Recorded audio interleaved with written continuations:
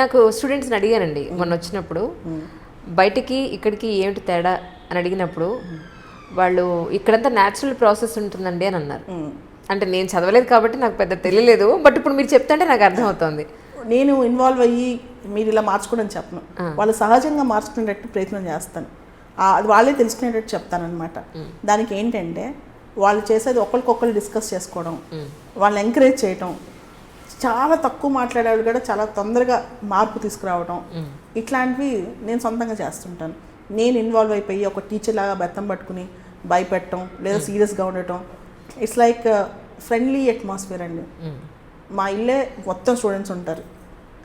Mains interview ఎప్పుడైతే ఇంట్లో కూర్చొని ఎగ్జామ్స్ రాస్తూ ఉంటారు. సో దాంతో నేను కంపెల్ చేసి నేను ఒక పెద్దదాన్ని అలా కూడా ఉండదన్నమాట. ఇంకొక అడ్వాంటేజ్ ఏంటంటే కొంచెం మొన్నే ఎగ్జామ్ రాశాను కాబట్టి, మొన్నే 2017లో పాస్ అయ్యాను కాబట్టి నాకు కొంచెం ఇప్పుడు ట్రెండ్ తెలుసు. దాంతో ఏం చేస్తానంటే వాళ్ళని ఎవాల్వ్ అయ్యేటట్టు, ఇంకొకటి చాలా మాక్ ఇంటర్వ్యూస్లో one size fit for all model ఉంటుంది. అంటే ఒకటే పద్ధతి నేర్పిస్తారు. అలా కాకుండా స్టూడెంట్ స్పెసిఫిక్ అప్రోచ్ అని ఒకటి ఉంటుందండి. స్టూడెంట్ స్పెసిఫిక్ అప్రోచ్ అంటే నీ బయోడేటాని బట్టి, మీ ఊరిని బట్టి, ఉదాహరణకి నేను మంగళగిరి నుంచి ఇంటర్వ్యూకి వెళ్ళాను. నా బర్త్ ప్లేస్ మంగళగిరి. అంటే మంగళగిరి నా సొంత ఊరు కాదు, అయితే మా అమ్మమ్మ వాళ్ళ ఊరు అనమాట. అక్కడ పానకాల స్వామి గుడి ఉంది. ఆ గుడిలో ఎంత పానకం పోసినా ఈగలు రావు అనమాట. అవునా? రావు. దాని గురించి క్వశ్చన్ నేను ప్రిపేర్ అవ్వాలి. ఉదాహరణకి ఇంకొక అబ్బాయి నర్సరావుపేట నుంచి వెళ్తున్నాడు అనుకుందాం. అక్కడ కోటప్ప కొండ అని ఒక గుడి ఉంది. మనం అనుకుంటాం మన గురించి, మన ఊరు గురించి అక్కడ కూర్చునే వాళ్ళకి ఎలా తెలుస్తుంది ప్యానెల్లో అని, కానీ వాళ్ళు చాలా ప్రతిభావంతులు, చాలా ప్రతిభావంతులు అనమాట. వాళ్ళు ఆంధ్ర అంటే ఆవకాయ పచ్చడి రెసిపీ అడిగే వాళ్ళు కూడా ఉంటారు. అదేవిధంగా హైదరాబాద్ బిర్యానీ చాలా టేస్ట్గా ఉంటుంది కదా అని అడిగే వాళ్ళు ఉంటారు. నా హాబీ ఇంటరాక్టింగ్ విత్ పీపుల్ అండి. అలా ఒక్కొక్క స్పెసిఫిక్ థింగ్ ఉంటుంది. ఉదాహరణకి నన్ను అడిగారు, నీ హాబీ ఇంటరాక్టింగ్ విత్ పీపుల్ కదా, నువ్వు ఈ మధ్య కొత్తగా నేర్చుకుంది ఏంటి అని. నేను చెప్పాను, ఈ ఇంటర్వ్యూకి వచ్చే ముందు ఒక వారం ముందు విజయవాడలో అండి ఒక అబ్బాయి రైల్వే కూలి, తను సివిల్స్ ఇంటర్వ్యూ దాకా వెళ్ళి నాకు కలిశాడనమాట. అమ్మా నాన్న లేరు, కుటుంబ బాధ్యతలు, తల్లిమూడిని చెల్లెల్ని. అలాంటి అబ్బాయి ఇంటర్వ్యూ దాకా వచ్చాడు 26 ఏళ్ళ వయసులో. 4200 పట్టుకుని ఢిల్లీకి వచ్చాడు 15 రోజులు ఉందామని. 4200 పెట్టుకుని. అసలు ఇలాంటి అబ్బాయి వచ్చినప్పుడు నేను నడవలేకపోతే ఏంటి, నాకు ఏదైతే ఏంటి, నాలాంటి వాళ్ళు కూడా సాధించగలరు, నాలాంటి వాళ్ళు కూడా ఏదైనా చేయగలరు అని నమ్మకం కుదిరింది. సో మనం 10 మందితో మాట్లాడటం వల్ల కొత్త అవగాహన అనేది ప్రపంచం మీద వస్తుంది. ప్రతి మనిషి ఒక హ్యూమన్ లైబ్రరీ అండి. ప్రతి మనిషిలో నేర్చుకోవాల్సిన అంశాలు చాలా ఉంటాయి. మనం పక్క వాళ్ళతో సంభాషించడం వల్ల లైఫ్ ఎక్స్పీరియన్సెస్ తెలుస్తాయి. సో అది నేర్చుకున్నానని చెప్పాను. వాళ్ళు చాలా గొప్పగా దానికి రెస్పాండ్ అయ్యారనమాట. సో ఇవన్నీ అంటే నా గురించి నేను, అలానే మీ గురించి మీరు. ఉదాహరణకి ఇందాక చెప్పాను, ఒక అబ్బాయి యాపిల్ కంపెనీ ఉద్యోగం మానేసి వచ్చాడని. నీకు ఏం నచ్చింది భారతదేశంలో అంతగాని అడుగుతారు. సో అలాంటివి చెప్పిస్తాను, న్యాచురల్గా బయటకు వస్తాయి అనమాట అవి. సో అలా కాకుండా మనం ఆర్టిఫిషియల్గా ట్రైనింగ్ ఇస్తే అక్కడికి వెళ్ళి తొత్తురుపడి, అక్కడికి వెళ్ళి కంగారు పడిపోయి మాట్లాడలేక, నువ్వు ఇలానే నడువు, ఇలానే చీర కట్టుకో. చాలామంది అమ్మాయిలు ఖచ్చితంగా చీర కట్టుకోవాలా, ఖచ్చితంగా సూట్ వేసుకోవాలని. ఎండాకాలం బాగా సౌత్ ఇండియాలో మనం సూట్లు వేసుకోం ఎక్కువ. కొత్తగా పిల్లలు అప్పటికప్పుడు సూట్ వేసుకెళ్ళి యూపీఎస్సీ లోపలికి వెళ్ళిపోయి అక్కడ వేసి ఉన్నా సరే అలవాటు లేకుండా అటు ఇటు సర్దిద్దుకుంటూ, చీర కట్టుకునే అమ్మాయికి అలవాటు లేకుండా చీర సర్దిద్దుకుంటూ చెప్పే కన్నా నువ్వు సహజంగా ఉండే డ్రెస్సు, శుభ్రమైన డ్రెస్సు, అందంగా ఉండే డ్రెస్ నీట్గా వేసుకుని వెళ్తే ఏం కాదు. దాంతో నేను ఇలానే ఉండాలి, ఇలానే మాట్లాడాలి, లేకపోతే వాళ్ళని చూసి భయపడిపోయి అంత అవసరం లేదండి. ఎందుకంటే అక్కడ ఇంటర్వ్యూ అంటాం కదా, దానిలో ఇంటర్వ్యూ లాగా అనిపిదు అసలు. అది ఒక వ్యక్తిత్వం, మనకు మంచి వ్యక్తిత్వం ఉందని. అంటే నీకు వచ్చే 30 సంవత్సరాల పాటు ఒక ఐపీఎస్, ఐఏఎస్, ఐఆర్ఎస్ ఇచ్చి ఒక గొప్ప బాధ్యత నీ మీద పెడుతున్నప్పుడు ఒక 20-30 నిమిషాల పాటు నువ్వు ఎలా రియాక్ట్ అవుతావు, నువ్వు తొందరపాటు చర్యలు తీసుకుంటావా, ఆలోచించకుండా నిర్ణయాలు తీసుకుంటావా, లేకపోతే ఎక్స్ట్రీమ్గా ఆలోచిస్తావా, అంటే దేశాన్ని మార్చేస్తావు. ఎలా మారుస్తావంటే రేపు పొద్దున కల్లా మార్చేస్తాను చూడండి నేను ఐఏఎస్ అయితే అంటే ఎలా అవుతావు? వర్కౌట్ అవ్వదు కదా. ఇలాంటి టెస్ట్ చేస్తారు అక్కడ. అంటే వీళ్ళకి బ్యాలెన్స్ ఉందా, ఇన్బ్యాలెన్స్గా థింక్ చేస్తారు. లేదా కొంతమంది అంటారు దేశంలో పేదరికం ఎలా పోగొడతావు అంటే, ఈ దేశాన్ని నేను ఎప్పటికీ మార్చలేనండి, భారతదేశాన్ని పేదరికం పోగొట్టడం సాధ్యమేనా అని. అంత నిరాశావాది కూడా ఐఏఎస్లో ఉండకూడదు. లేదా అరగెంట్ అనమాట, నేను చెప్పిందే రైటు, పక్కవాడి ఆలోచన వెళ్ళకపోతే నువ్వు ఐఏఎస్ కాలేవు. గొప్ప వ్యక్తి లక్షణం ఏంటంటేనండి, తన ఆలోచనతో పాటు పక్క ఆలోచన కూడా తీసుకుంటే ఏది బ్యాలెన్స్గా ఉంటుంది. ఎందుకంటే నువ్వు ఒక రేపు కలెక్టర్ అయిన తర్వాత ఐపీఎస్ అయిన తర్వాత ఒక నిర్ణయం తీసుకునే ముందు నీ గురించి నువ్వు ఆలోచించి నీకు అనిపించింది రైట్ అనుకుంటే తప్పు. 10 మంది నిర్ణయం తీసుకోవాలి. దాన్ని నువ్వు టీం లీడర్, నువ్వు ఒక టీంని ముందుకు నడిపించాలి. అలాంటి స్థాయిలో కనీసం ఒక 20 నిమిషాలు నేను జడ్జి చేయకపోతే ఒక జిల్లా నీ చేతిలో ఎలా పెడతారు? జస్ట్ నువ్వు టెస్ట్ రాస్తే చాలా, ఒక టెస్ట్ రాస్తే ఐఏఎస్ అయిపోతారా? చాలామంది అడుగుతారు, మ్యామ్ ప్రిలిమ్స్ మెయిన్స్ ఇంటర్వ్యూ 3 స్థాయిలు ఎందుకు, ఒకటే ఎగ్జామ్ పెట్టండి, దానిలోనే 1000 సీట్లు ఇచ్చేయండి. ఒక ప్రిలిమ్స్ ఎగ్జామ్ పెట్టి 100 బిట్లు పెట్టండి. అంటే అసలు ఎగ్జామ్ అనేది మన ఓపిక టెస్ట్ చేస్తుంది. సివిల్ సర్వీసెస్ ఎగ్జామ్ రాసిన తర్వాత, సివిల్ సర్వీసెస్ కోచింగ్ ఇచ్చిన తర్వాత నేను చాలా మారానండి. మనకి విపరీతమైన పేషెన్స్ నేర్పిస్తుంది ఎగ్జామ్. ఎంత పేషెన్స్ అంటే మనం ఏదనుకున్నా స్థిరత్వం ఉంటాం. ఎన్ని కష్టాలు వచ్చినా మనం చాలా ప్రాపర్గా రియాక్ట్ అవుతాం అనమాట. మన ఇంట్లోనే పెద్ద డిజాస్టర్ జరిగినా రేపు పొద్దున ఏమీ జరగనట్టు మళ్ళీ బ్యాలెన్స్గా డెసిషన్స్ తీసుకోగలం. ఈ ప్రిపరేషన్ మనకు అంత ఓపిక నేర్పిస్తుంది. ఉదాహరణకి మెయిన్స్ ఎగ్జామ్స్ ఉంటాయండి, 9 పేపర్లు మార్చి రాయాలి, పొద్దున సాయంత్రం. అది రాసి అయిపోయేటప్పటికి నీరసం వస్తుంది. అయినా కానీ మనకు ఒకటి అలవాటు అవుద్ది. ఈరోజు పడిన కష్టం రేపు పొద్దున మళ్ళీ రెడీ అయ్యి కష్టపడే శక్తి మనలో వస్తుంది. చాలామంది యువత ఏం చేస్తారు, ఒక ఎగ్జామ్ అయిపోయి రిలాక్స్ అవుతూ ఉంటారు. కానీ సివిల్స్ ఎగ్జామ్ రిలాక్సేషన్ మనకు నేర్పించదు. It teachers is a lot. Exam itself is a big experience అండి. నా గురించి అడిగితే ఇక్కడ నేను ఒక చెప్పగలను. నన్ను అడిగితే కనుక సివిల్స్ ఎగ్జామ్ అనేది ప్రతి ఒక్కరు ఒకసారి లైఫ్లో రాయాలి. చాలా నేర్పిస్తుంది. It teaches us good life lessons అని నేను నమ్ముతాను. నాకు నేర్పించింది చాలా. నాకు మెచ్యూరిటీ లెవెల్స్ కూడా సివిల్స్ ఎగ్జామ్లోనే పెరిగాయి. ఓకే, దాని టీచర్లో ఇంకా పెరిగాయి. ఈ పిల్లలతో ఉండటంతో ఇంకా ఎక్కువ పెరిగాయి. ఎందుకంటే it's life teachers is lot అండి నిజం ఎగ్జామ్. మ్యామ్ అలాగే ఇప్పుడున్న రాజకీయ ఎన్నికల పరిస్థితులు, కాలమాన పరిస్థితులు మనం ఒకసారి చర్చించుకుంటే, ఎందుకంటే మీరు కూడా బాధ్యతాయుతమైన పౌరురాలు కాబట్టి అడుగుతున్నాను. సో గవర్నమెంట్ ఇన్ని స్కీమ్స్ పెట్టేసి వాళ్ళని అలా సోమరిపోతుల్లాగా చేసేస్తే వాళ్ళకి ఏం కష్టపడతారు? ఇప్పుడు మీరు పెళ్ళికి మేము ఎంత ఇచ్చేస్తాం, మీరు రిటైర్ అయిపోతే రిటైర్మెంట్ అసలు వదిలేసేయండి. రిటైర్మెంట్ పాపం ఒక స్టేజ్ తర్వాత 60-70 ఏళ్ళ తర్వాత మనిషి ఏ పని చేయలేడు. వాళ్ళకి డబ్బు ఇచ్చండి, ఒక అర్థం ఉంది, దానిలో ఒక మీనింగ్ ఉంది. They need it also, so many people.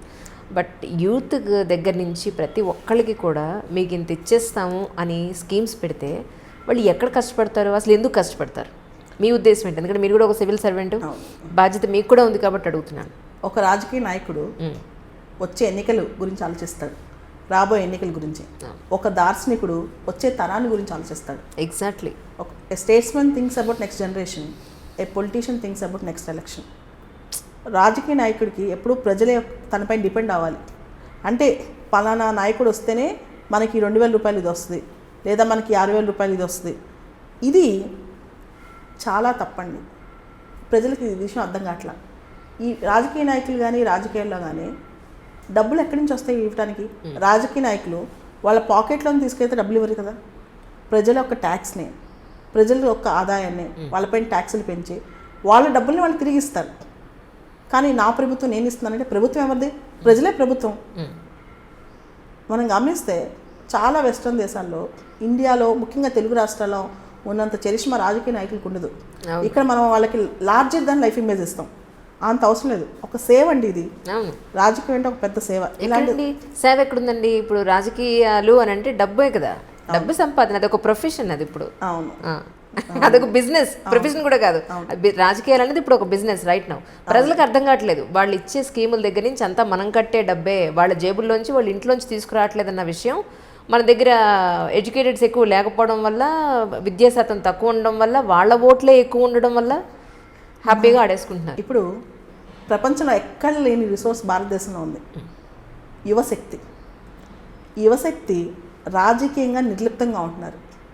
దానికి ప్రధానమైన కారణం అండి, యువతులు ఎవరైతే రాజకీయాల్లోకి వస్తున్నారో వాళ్ళందరూ కుటుంబ రాజకీయాల నుంచి వస్తున్నారు. ఎగ్జాక్ట్లీ. తండ్రులు, తాతలు వీళ్ళందరూ రాజకీయాల్లో ఉంటే ఆల్మోస్ట్ మీరు చూస్తే నార్త్ ఇండియా నుంచి సౌత్ ఇండియా దాకా నవీన్ పట్నాయక్ ఎవరండి? బీజూ పట్నాయక్ కొడుకు. అగతా సంగమ ఎవరండి? సంగమ కూతురు. ఇంకా తెలుగు రాష్ట్రాల్లో మనం చెప్పక్కర్లేదు, 2 చోట్ల వారసులనే ప్రకటించారు. ఇదేదో సంస్థానాల్లాగా, రాజుల సంస్థానాల్లాగా. మళ్ళీ వీళ్ళేదో చెప్తారు, మేము తరతరాలుగా కుటుంబ పాలన మాకొద్దు, మంచిది కాదని వీళ్ళు మాట్లాడతారు. వీళ్ళు అక్కడి నుంచే వస్తుంటారు మళ్ళీ. అయితే మీరు ఇప్పుడు చూస్తే ఆంధ్రప్రదేశ్లో ఎన్నికలు జరుగుతున్నాయి. ఈ ఎన్నికల్లో కొత్తగా టికెట్లు వచ్చిన యువ రాజకీయ నాయకులు అందరూ ఏ పేరు తీసినా ప్రధానమైన కూతుళ్ళో కోడల్లో, లేకపోతే ప్రధానమైన నేతల కూతుళ్ళో కోడల్లో, లేకపోతే కొడుకులో, వీళ్ళకే వచ్చాయి. యువత దీన్ని ఎందుకు ప్రశ్నించట్లేదు, ఎందుకు సర్దుకుని వెళ్ళిపోతుంది అంటే, యువత తాత్కాలికంగా ప్రభుత్వం ఈ రోజు మాకు పెన్షన్ ఇస్తుంది కదా, ఏమండి యువతలకు ఉద్యోగాలు కావాలా, పెన్షన్లు కావాలా? యువతకి ఉద్యోగాలు కావాలా, పెన్షన్లు కావాలా? దేశం ఎటుపోతుంది అనేది యువత ఆలోచించాలి. యువతలో చైతన్యం వస్తే 4 ఏళ్లలో రాష్ట్రాలను మార్చేయచ్చు. కానీ ఇదే యువత వ్యామోహాలకు ఉండి యువశక్తితో దేశాన్ని ముందుకు నడిపించకుండా, సమయం వృధా చేసుకుని వాళ్ళు వృధా చేసుకోకుండా, చాలామంది నేను గమనిస్తుంటాను. అంటే బయట పబ్లిక్ మీటింగ్స్లోకి వెళ్ళినప్పుడు మాకు ప్రభుత్వం ఉద్యోగం ఇవ్వలేదు కాబట్టి మేము ఇలా అయిపోయాము, బ్లేమ్ వేయొద్దు. మీరు చైతన్యంలోకి రండి. ఎందుకంటే ఇంత అవకాశాలు ఉన్నప్పుడు, ఇన్ని అవకాశాలు ఉన్నప్పుడు మనల్ని మనం క్రియేట్ చేసుకోవాలి, అవకాశాలు సృష్టించుకోవాలండి. అవకాశాలు ఎవరో వచ్చి ఇవ్వరు. నువ్వు మీ తాత బిజినెస్ మ్యానో, మీ తాత రాజకీయ నాయకుడో కాకపోతే నీకు ఎవ్వరూ అవకాశం ఇవ్వరు. నువ్వు అవకాశం సృష్టించుకోవాలి. దానికోసం నువ్వు అహర్నిశలు ప్రయత్నం చేయాలి. అహర్నిశలు లక్ష్యంతో ప్రయత్నం చేయాలండి. కానీ యువత చైతన్యం తగ్గిపోయింది. వీళ్ళు ఒక రాజకీయ నాయకుడు మీటింగ్కి వెళ్ళి వెనకాల ఉండాలని ప్రయత్నిస్తారు, కానీ మనం ఎందుకు లీడర్షిప్ చేయలేం? ముఖ్యంగా తెలుగు యువతలో అది రావట్లేదు. వెనకాలంటే ఆ రోజు ఫుడ్ వెళ్ళిపోతుంది, ఆ రోజు వాళ్ళు ఇచ్చే 500 లేకపోతే 1000 2000 ఆ రోజు ఎంతో డే వెళ్ళిపోతుంది. మరి మీరు కష్టపడమంటారేంటి? కష్టపడమంటే కష్టం కదా. ఇప్పుడు మనం నార్త్ ఇండియాలో చూసుకుంటే హార్దిక్ పటేల్, అల్పేష్ ఠాకూర్, జిగ్నేష్ మేవాని, చాలామంది యువత చైతన్యంతో బయటకు వచ్చారు. కానీ మన యువతలో ఇంకోటి కూడా ఉందండి, కంఫర్ట్ జోన్. ఇప్పుడు ఫ్రెండ్స్ ఉంటారు, అన్న నువ్వు తోపన్నా పదన్నా సాయంత్రం సినిమాకి వెళ్దాం అంటారు. అమ్మ నాన్న అంటారు, లేదు బాబు నువ్వు చిన్న ఉద్యోగం తీసుకో అమ్మా, నీకు పెళ్లి చేస్తాం, నీకు 2 పిల్లలు ఉంటారు, నీ ఫ్యామిలీ సెటిల్ అయిపోద్ది అంటారు. నేను తొందరగా నీ పెళ్లి చూడాలనుకుంటున్నాం అంటారు. అంతేగాని చూడండి, నువ్వు డాక్టర్ అవ్వు, ఇంజనీర్ అవ్వు, కలెక్టర్ అవ్వు అంటారు. కానీ ఒక యువతని వెళ్ళి దేశ సేవ చెయ్యి, రాజకీయ నాయకుడు అవ్వు. రాజకీయ నాయకుడు అంటే ఈ రోజులో వచ్చే రాజకీయ నాయకుడు కాదు. ఈ రోజులో వచ్చే రాజకీయ నాయకుడు అంటే కేవలం అధికారం కోసం వచ్చే రాజకీయ నాయకుడు. ఈ రోజున టికెట్ రాకపోతే మరుసటి రోజు పొద్దున జంప్ అయిపోయే రాజకీయ నాయకుడు. అలాంటి రాజకీయాలు కాదు, ఈ రాజకీయాలు కాదండి. ప్రజాసేవ అంటే ప్రజాక్షేత్రంలో నిజంగా కొంత మార్పు తీసుకురావడమే రాజకీయం. రాజకీయం అనేది నెగిటివ్గా చూడకూడదు, కొంత మార్పు తీసుకురావాలి. ఎలాంటి మార్పు తీసుకురావాలి? ఒకటేనండి, పేదరికం లేని భారతదేశం, ఆకలితో అలమటించని భారతదేశం, అనారోగ్యంతో ప్రజలు చావని భారతదేశం. మనం చూస్తే ఈ మధ్యకాలంలో వీడియోస్ చచ్చిపోవడం పెన్షన్ రాకుండా. ఏదంటా పాలిటిక్స్ అంటే పర్సెప్షన్ మేనేజ్మెంట్ అండి. అంటే నిజంగా చేయటం కాదు, చేసినట్టు చూపించడం. దాంతో అంతా సుభిక్షంగా ఉంది, అందరూ బాగున్నారు, మన అభివృద్ధి రేట్లు ఎంత బాగున్నాయి అంటారు. నిజానికి అవన్నీ ఒట్టి లెక్కలేనండి. అన్ఎంప్లాయ్మెంట్ డేటా అనేది గవర్నమెంట్ ఇంతవరకు బయటకు తీసుకురాలేకపోతుంది. నిరుద్యోగం ఎన్నడూ లేనంత ఉందండి, ఎన్నడూ లేనంత నిరుద్యోగం ఉంది. ఇలాంటి నిరుద్యోగంలో బాగుపడిన వాళ్ళే బాగుపడతారు. మనం చూస్తే అంబానీ, మీరే చూస్తుంటారు, అంబానీ కూతురు కొడుకు పెళ్ళిళ్ళు, వందల కోట్ల ఖర్చు. కానీ అన్నం తినడానికి పేద విద్యార్థుల్లో చదువుకోవడానికి స్కాలర్షిప్లు లేవు. ఇంకోటి ఏంటంటే, మన రాష్ట్రాల్లో కేవలం ఓట్ల కోసం ఫీజు రీఎంబర్స్మెంట్లో అన్ఎంప్లాయ్మెంట్ పెన్షన్ ఇవ్వడం వల్ల యువత అవి మాకు ఎక్కడ నష్టపోతామని చెప్పి ప్రశ్నించడం మానేసింది. అంటే ఉచితంగా వచ్చేస్తుంది, ఖర్చు పెట్టలేదు, ఏముంది బీటెక్లో అయిపోతాం, ఏదో చిన్న ఉద్యోగం 10,000 చేసుకుందాం, మన ఫ్యామిలీ సెటిల్ అవుతాయి. కానీ సొసైటీని ఎవరు మారుస్తారు? ఎవరు మార్చాలి? ఎవరు ముందుకు రావాలి? ఈ 15 ఏళ్ళు గడిచిపోతే మార్చే అవకాశం కూడా లేదండి. ఎందుకంటే వృద్ధ జనాభా పెరిగిపోద్ది. యువ శక్తి ఈ 15 సంవత్సరాలు, ఈ 10-15 ఏళ్ళు గట్టిగా అనుకుంటే నిజంగా భారతదేశంలో అనేకమైన సమూలమైన మార్పులు తీసుకురావచ్చు. ఇలాంటి దానికోసం యువత నుంచి లీడర్స్ రావాలి, కొత్త నాయకత్వాలు రావాలండి. వస్తేనే చేంజ్ వస్తుంది. మ్యామ్, అలాగే అంటే ప్రస్తుతానికి ఉన్న స్టూడెంట్స్, ఇందాక మీరు స్టూడెంట్స్ అన్నారు, ఈ ఎలక్షన్కి సంబంధించి ఈ ఓటు హక్కు ఉన్న వాళ్ళందరికీ కూడా మీరు ఏం చెప్పాలనుకుంటున్నారు? ఒక మాటలో చెప్పండి. ఇప్పుడు మనందరికీ తెలుసండి, కొత్తగా ఓటర్లో 18-19 సంవత్సరాల మధ్య వాళ్ళు 1.5 కోట్ల మంది వచ్చి చేరారు. 18-19 సంవత్సరాలు అంటే కొత్తగా ఓటు హక్కు వచ్చిన వాళ్ళు 1.5 కోట్ల మంది భారతదేశంలో ఎక్కువ మంది చేరారు అనమాట. అది కాకుండా యువశక్తిలో ఓటు హక్కు చాలా మందికి ఉంది.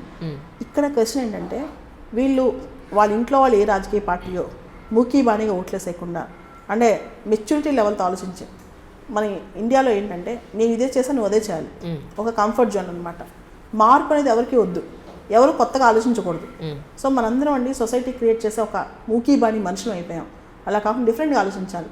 నీకు ఎవరు నచ్చలేదు అనుకో, ఎవరు మార్పు తెలియదు అనుకున్నావు అనుకో, అదే నువ్వు చెప్పు. నోటా అని చెప్పి ఒక ఆప్షన్ ఉంది. అవును, నోటాలో పెట్టొచ్చు కదండి. అవును కదా, ఇండియా మొత్తం ఉంది నోటా ఇప్పుడు. నోటాలో పెట్టుకుని నీకు నచ్చలేకపోతే ఇల్లు, కానీ ప్రతి ఒక్కరు పోలింగ్ బూత్ దాకా వెళ్ళి ఓటేయాలి. ప్రతి ఒక్క యువత వాళ్ళ యొక్క చెప్పాలి, వాళ్ళ యొక్క తీర్పు చెప్పాలి. చెప్తేనే కొంతవరకు దేశ భవిష్యత్తు మారుతుందండి. మొన్న యూట్యూబ్లో మీద ఒక వీడియో చూశాను మ్యామ్. ఎంతోమంది స్టూడెంట్స్, అందరూ స్టూడెంట్సే, ఏంటి జస్ట్ మీ ఇంటర్వ్యూలు, మీరు ఇచ్చే సివిల్ సర్వీసెస్కి మీరు ఇచ్చే ట్రైనింగ్ అది చూసి జస్ట్ మీకు షేక్ హ్యాండ్ ఇవ్వడానికే, మిమ్మల్ని చూడడానికే కొన్ని వేల మంది తరలొచ్చారు. ఇది తీసి పక్కన పెట్టండి, ఇది ఒకసారి పక్కన పెడితే, నిన్న నేను షూట్కి ఆఫీస్కి వస్తూ ఉంటే రోడ్ మీద అన్న మీటింగ్ అటెండ్ చేశాం కదా, 500 తినాలి, ఇప్పుడు డబ్బులు ఏది, ఫుడ్ ఏది, బిర్యానీ ఏది అని అడుగుతున్నాడు. అంటే మీటింగ్లకు వచ్చే జనం ఒక బిర్యానీకో ఒక డబ్బుకో ఆశపడి వాళ్ళని డబ్బు ఇచ్చి తెప్పిస్తున్న రాజకీయ నాయకులు. ఈ విషయం ప్రతి ఒక్కళ్ళకి తెలుసండి. ఒక మీ ఇంటర్వ్యూ 2 పక్కన వెంటనే చూశాను నేను. చూస్తే బాలత మేడంని చూడడానికి వచ్చిన జనం ఆవిడ మీద అభిమానం కొద్దీ ఆవిడ చెప్పే 2 ముక్కలు మంచి మాటలకి, లేదా ఆవిడిచ్చే ఒక చదువుకు సంబంధించిన ఒక మంచి ట్రైనింగ్ అనండి, లేదంటే ఇన్స్టిట్యూట్కి సంబంధించానండి, దానికి ఎంతో ఇష్టంగా అభిమానంగా వచ్చే జనం ఎక్కడ. వీళ్ళు రాజకీయ నాయకులు డబ్బిచ్చి రప్పించే ఒక బిలో పావర్టీ జనం అండి. వాళ్ళు కనీసం ఒకరోజు అన్నం కూడా లేని జనాన్ని పోగేసి లిటరల్గా మీటింగ్లకు తీసుకొస్తున్నారు.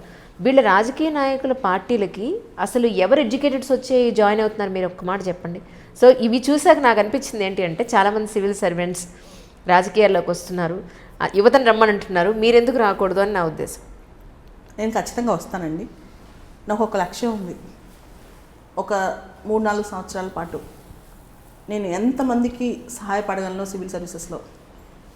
అండ్ రాజకీయాల్లోకి రావడం అంటే అందరిలాగా ఏదో ఒక పార్టీలో చేరిపోయి నేను నాకు ఒకటి నచ్చదండి.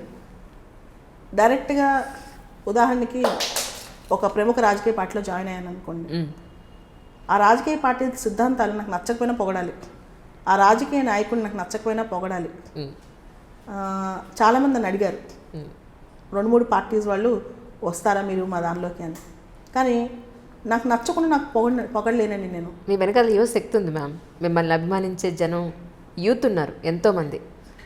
సో అందుకని అడిగాను. చాలామంది అంటుంది ఏంటంటే, మేడం ఇంత అవేర్నెస్ ఉంది, సివిల్ సర్వెంటు, ఇంతమంది సివిల్ సర్వెంట్స్ని తయారు చేస్తున్నారు, ఆమె ఎందుకు రాకూడదు. అదేనండి, ఖచ్చితంగా ప్రజాసేవలోకి వస్తాను. అది రాజకీయాలకు కాదని చెప్పలేను. కాకపోతే ఇప్పుడున్న రాజకీయ పార్టీలోకి పెడితే ఈ వ్యవస్థలో నేను రానండి. మీరు అడ్జస్ట్ అవ్వలేరు, నేను అడ్జస్ట్ అవ్వలేనండి. ఎందుకంటే మన వ్యక్తిత్వాన్ని మనం కాంప్రమైజ్ చేసుకోవాలి. ఆ పార్టీ లీడర్ని పొగడాలి, వాళ్ళు చేసిన తప్పుల్ని మనం టీవీ ఛానల్ ముందు కూర్చుని సరిదిద్దుతూ వాదిస్తూ వాళ్ళ తరఫున ఉండాలి, గట్టిగా అరవాలి, నోటికి ఏదో వస్తే అది మాట్లాడాలి. నాకు బాధ ఏంటంటేనండి, ఈ రోజుల్లో రాజకీయాల్లో వయసులు తారతమ్యం చూడకుండా స్త్రీలపైన కూడా అభియోగాలు వేయటం, నోటికి ఏదొస్తే అది మాట్లాడటం, రుజువులు లేకుండా నిందలు వేయటం. అసలు రాజకీయాలంటే ప్రజాసేవకు వచ్చిన వాళ్ళు ఇలా ఉన్నారా? రెండోది పార్టీ ఫిరాయింపులు అండి, భయంకరంగా. అంటే ఈరోజు ఒక జెండా వేసుకుని రేపు పొద్దున ఏ జెండా ఉంటాడో తెలియదు అనమాట. ఆయారం గయారం రాజకీయాలు, అంటే వచ్చాడయ్యా వెళ్ళిపోయాడయ్యా, జస్ట్ పవర్ కోసం, అధికారం కోసం రాజకీయాలు నాకు వద్దండి. ఖచ్చితంగా రాజకీయాల్లోకి వస్తాను, కానీ ఇలాంటి రాజకీయాల్లో కాదు. మార్పు తీసుకొచ్చే రాజకీయాలు, భారతదేశానికి సేవ చేసే రాజకీయాలు, ముఖ్యంగా కనీసం మన తెలుగు రాష్ట్రాల్లోకి సేవ చేసే రాజకీయాల్లోకి తొందరలోనే వస్తానండి. కానీ ఈ విధంగా అయితే కాదు. మేము ఎదురు చూస్తూ ఉంటాం, ఎందుకంటే మీలాంటి ఎడ్యుకేటెడ్స్, మీరు మంచి మనసున్న వాళ్ళు, ప్రజలకు సేవ చేయాలని అనుకునేవాడు రాజకీయాల్లోకి రావాలి, రాజకీయ ప్రక్షాళన జరగాలని మేము అందరూ ఎదురు చూస్తూ ఉంటాం నిజంగానే. సరే, లాస్ట్ ఇయర్ కొంతమంది సివిల్ సర్వెంట్స్ని ఇచ్చారు, చాలా సంతోషం. ఈ ఇయర్ ఇచ్చారు. అంటే మీ ఉద్దేశం ప్రకారం లాస్ట్ ఇయర్ వచ్చిన ర్యాంకింగ్కి ఈ ఇయర్ ఏమైనా తగ్గిందని మీ ఉద్దేశమా? తగ్గితే ఎందుకు తగ్గిందని అనుకుంటున్నాను? లాస్ట్ ఇయర్ 1000 పోస్టులు ఉన్నాయండి, ఈ ఇయర్ 780 మాత్రమే ఉన్నాయి. పోస్టులు తగ్గాయి ఇయర్. దాంతో నిష్పత్తి ప్రకారం సెలక్షన్ కూడా తగ్గుద్ది కాబట్టి అంతే తప్పితే. చాలా మంది క్వశ్చన్ నన్ను అడిగారు, ఈ ఇయర్ తెలుగు రాష్ట్రాల నుంచి ర్యాంక్ తక్కువ ఉంది కదా అని. ఈ ర్యాంక్స్ తెలుగు రాష్ట్రాల నుంచే కాదు, ఆల్ ఇండియాలో, కేరళకి వెళ్ళినా ఇదే మాట వచ్చింది. దానికి కారణం పోస్టులు తగ్గటం. మీకు తెలిస్తే ఇది ఒక జంబో టైం అండి, జంబో పోస్టింగ్స్. మా అప్పుడు 2002లో అయితే 273 పోస్టులు కేవలం 273. మ్మ్. నేను రాసినప్పుడు 421 పోస్టులు. అలాంటిది ఇప్పుడు 700, 800, 1000 పోస్టులు ఉన్నాయి. ఎవరైనా సివిల్ సర్వీసెస్ రాయాలనుకునే వాళ్ళకి, యువతకి ఇది సువర్ణ అవకాశం. ఈ యుగంలో ఇంటర్నెట్ ఉంది, టీచర్స్ ఉన్నారు, ఎగ్జామ్స్ ఉన్నాయి, బోల్డంత మెటీరియల్ ఉంది, దాంతో పాటు ఎక్కువ పోస్టులు ఉన్నాయి. మ్మ్. ఒకప్పుడు 200, 300 ఉండేది. మీరు చూస్తే 2002, 2003, 2004, 2005 నోటిఫికేషన్స్లో మీకు 400 కంటే ఎక్కువ పోస్టింగ్స్ ఉండే కాదు, ఎక్కువ సెలెక్షన్స్ ఉండే కాదు. ఇప్పుడు ఈ ఇయర్ మళ్ళీ 900 అవుతున్నాయి. ఓహో. So it's a good time అనమాట. తర్వాత తగ్గిపోయే అవకాశం ఉంది. అంటే గవర్నమెంట్ రిటైర్మెంట్స్, వేకెన్సీస్, డిఓపిటీకి ఆ సంవత్సరం వచ్చిన లిస్టు, దాని ప్రకారం రిక్రూట్మెంట్ ఉంటుంది. ఖచ్చితంగా ప్రతి ఇయర్ 1000 ఉండాలని ఏం లేదు, ప్రతి ఇయర్ 1000 పోస్టులు ఉండాలని ఏం లేదండి. దాని ఒక్కొక్క సంవత్సరం ఒకటి ఉంటుంది. ఇంకోటి చాలామంది నీకు ఐఏఎస్ ఎందుకు రాలేదు, ఐపీఎస్ ఎందుకు వచ్చింది, లేదా ఐపీఎస్ ఎందుకు రాలేదు, ఐఆర్ఎస్, ఐటీ ఎందుకు వచ్చింది, ఇలా ప్రశ్నిస్తుంటారు. దీనిలో 2-3 అంశాలు చెప్పాలి. ఒక అంశం ఏంటంటేనండి, ఐఏఎస్ రాలేదు, ఐపీఎస్ వచ్చిందంటానికి రోస్టర్ ఉంటుంది. ఒక సంవత్సరం ఐఏఎస్లో ఒక 60 పోస్టులు ఉంటాయి, ఇంకో సంవత్సరం 40 ఉంటాయి, ఇంకో సంవత్సరం 100 ఉంటాయి. సో దాన్ని మనం ఇప్పుడు ముందే ప్రిడిక్ట్ చేయలేం. నేను ఐఏఎస్ కోసమే ఎగ్జామ్ రాయాలి, ఐపీఎస్ కోసమే ఎగ్జామ్ రాయాలి, అలా ఉండదండి. దీనిలో రకరకాలు ఉంటాయి. రెండోది, ఈ ఎగ్జామ్లో విచిత్రం ఏంటంటే నువ్వు ఒకటే ఎగ్జామ్ రాస్తావు. పోలీస్ అవ్వాలన్నా అదే ఎగ్జామ్, అడ్మినిస్ట్రేటర్ అవ్వాలన్నా అదే ఎగ్జామ్, ఫారెన్ సర్వీస్ ఆఫీసర్ అవ్వాలన్నా అదే ఎగ్జామ్, ఐఆర్ఎస్ అనేది, ఐటీ అవ్వాలన్నా, ఇన్కమ్ ట్యాక్స్ ఆఫీసర్ అవ్వాలన్నా అదే ఎగ్జామ్. ఓకే. ఈ ఎగ్జామ్లో ఎగ్జామ్ రాసాక డొమైన్ నాలెడ్జ్ వస్తుంది. Right right. ఈ ఎగ్జామ్ రాసాక డొమైన్ నాలెడ్జ్ వస్తుంది. కానీ ఇవన్నీ కూడా చాలా డిఫరెంట్ ఫీల్డ్స్. అవును, ఇవన్నీ చాలా డిఫరెంట్ ఫీల్డ్స్. సో భవిష్యత్తులో ఖచ్చితంగా ఎగ్జామ్లో ప్రక్షాళన రావాలండి. అదేంటంటే ఇప్పుడు ఫారెన్ సర్వీస్ ఉంది, దానికి కావాల్సిన డిప్లొమసీ. ఓకే. ఎవరైతే చాలా తక్కువ మాట్లాడతారో చాలామందికి ఇది వచ్చేస్తుంది ఫారెన్ సర్వీసు. అలానే పోలీసింగ్ ఇష్టం ఉండదు, కానీ సొసైటీ ప్రెసిడెంట్ వల్ల ఐఏఎస్ తర్వాత ఐపీఎస్ పడతారు. ఐపీఎస్ బాగుంటుంది, నేను గొప్పగా ఉండొచ్చని. ఈ సంవత్సరం ఐపీఎస్ అకాడమీలో ట్రైనింగ్లో ఉన్న వాళ్ళు కొంతమంది పిల్లలు లిటరల్గా వెళ్ళిన 4 రోజులు ఏడ్చారండి, మా వల్ల కాదు, ఈ ట్రైనింగ్ చేయలేకపోతున్నామని. అంటే నీకు ఐపీఎస్ అంటే ప్యాషన్ లేకపోతే you cannot make it out. అవును, ట్రైనింగ్లోనే ఇబ్బంది పడతావు నువ్వు. సో ఎవరికైతే ఐపీఎస్ ప్యాషన్ ఉంటుందో వాళ్ళు ఫస్ట్ అది పెట్టుకోవాలి. ఎవరికైతే అడ్మినిస్ట్రేషన్ ఇష్టం ఉంటుందో అది ఫస్ట్ అది పెట్టుకోవాలి. ఎవరికైతే ఐఆర్ఎస్, ఐటీ ఇష్టం ఉంటుందో అది ఫస్ట్ అది పెట్టుకోవాలి. కానీ సొసైటీలో ముఖ్యంగా మన రాష్ట్రాలు ఏంటంటే ఐఏఎస్ఆ, ఐపీఎస్ఆ. ఇందాక నేను ఒక మాట చెప్పాను, కేరళ నుంచి ఆనంద్ అనే ఒక అబ్బాయి వచ్చి ఇక్కడ ఐఏఎస్ అయిపోయాడని. మొన్న ఈ మధ్య నాకు కలిసి ఒక మాట చెప్పాడు. ఏంటంటే ఆంధ్రాలో ఐఏఎస్కి కేరళలో ఐఏఎస్కి చాలా తేడా ఉంది మ్యామ్. ఆంధ్రాలో ఐఏఎస్ అంటే ఒక దేవుడిని చూసినట్టు చూస్తారు, దేవుడిని చూసినట్టు చూస్తారని. తెలంగాణలో కేరళలో ఐఏఎస్ అయితే మామూలు మనిషి, కేరళలో హక్కులు ఎక్కువ, ఐఏఎస్ అంటే ఒక ఆఫీసర్ అంతే. 99% ఎడ్యుకేషన్ పర్సంటేజ్ అండి అక్కడ, ఎడ్యుకేటెడ్ పర్సెంట్. అందుకని మీరు మాకు సేవ చేసే వ్యక్తే తప్ప మీరు ఏమి ఎక్కువ అన్నట్టు ఉంటుంది కదా. అవును, ఆంధ్రాలో ఒక ఐఏఎస్ ఆఫీసర్ డోర్ కూడా ఇంకోటి తీయాలి. ఐఏఎస్ ఆఫీసర్ అవగానే మరుసటి రోజు ఈగో బోల్డ్ డెవలప్ అవుతుంది ఆంధ్రాలో, నేర్పించేస్తారు.